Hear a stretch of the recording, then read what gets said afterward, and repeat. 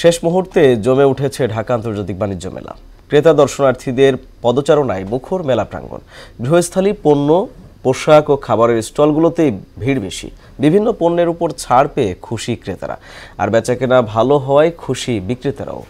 সাত্তার আলী সোহেলের প্রতিবেদন, জানাচ্ছেন তাহসিন তারিন। 29তম ঢাকা আন্তর্জাতিক বাণিজ্য মেলার শেষ ভাগে এসে ক্রেতা দর্শনার্থীর ভিড় বেড়েছে কয়েক গুণ। এছাড়াও বিভিন্ন পণ্যে ছাড়ের পাশাপাশি রয়েছে র্যাফেল ড্র সহ নানা আয়োজন।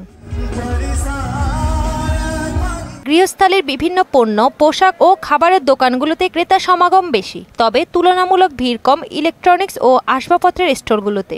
पिछले साल से लोग ज्यादा है, मगर यही है लेने वाले कम हैं। सारा दिन में पूरे 10-20 हजार का सेल होता है। जहाँ पे हम काम करते थे 1-2 लाख का काम होता था। Motorcycle, TV, fridge, air conditioner, home appliance along with the washing machine সব কাইন্ডের প্রোডাক্টই আমরা এখানে এবারে অ্যাভেলেবল করেছি। মেলার বেচা বিক্রি ভালো হওয়ায় খুশি ব্যবসায়ীরা। বাকি দিনগুলোতে বেচাকেনা আরো বাড়বে বলে আশা তাদের।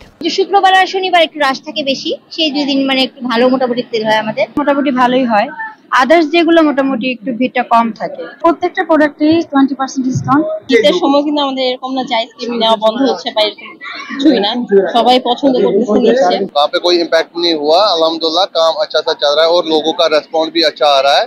সুদবিহীন ব্যাংকিং এ আত্মশুদ্ধির পথ এনআরবিসি ব্যাংকের ইসলামিক ব্যাংকিং আল আমিন।